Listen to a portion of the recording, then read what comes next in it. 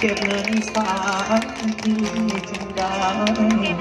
ซื้อมาเก็บไว้เพื่อเป็นของให้ผู้สาวพอหวังสัญญาลางานกลับมาบ้านน้ำตาพังยาวผู้ข่าวว่าน้องแต่งงานหัวใจสถานมาบดพันใจเจ้าสัญญาจบตอนต้องเข้าภาคฟ้าเล่นน้ำตาเข้ามาเป็นแผลตอนแรกทำไมมันเย็นๆเริ่มร้อนแล้วสร้อยที่เตรียมมันพอมาเป็นของหวานไม่รู้อ่ะมันน่าจะมีลมผ่านเก็บไว้ดาวบางลมหมดบัดเขาใหญ่มาบอกว่าคุณลงมอบให้อายเสียแล้วอย่าให้เสียความตั้งใจกินรับของกันคนไทยก่อนลาจากไปชั่วสร้อยทองเส้นนี้บอกมีสิทธิ์เป็นของเราก็เป็นของฝัน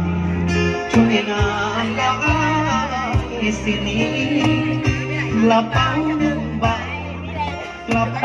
สู่งานอีกทีจากวันนี้อายบ่มีน้องสองทางร้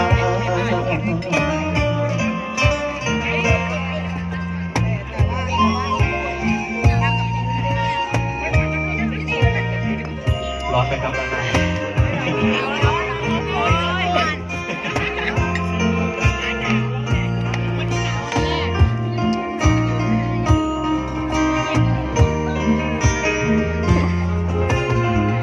หากบอกลาสายเก็บไว้ให้ลูกเดินบัดเขาใหญ่มาบอกว่าคุณลงมอบให้เสีย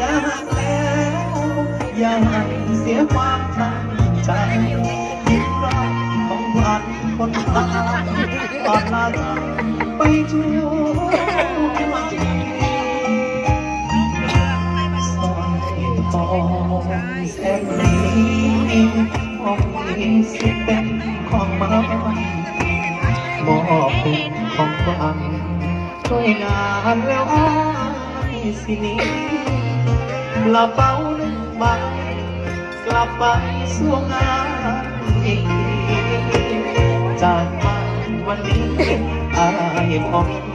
น้อง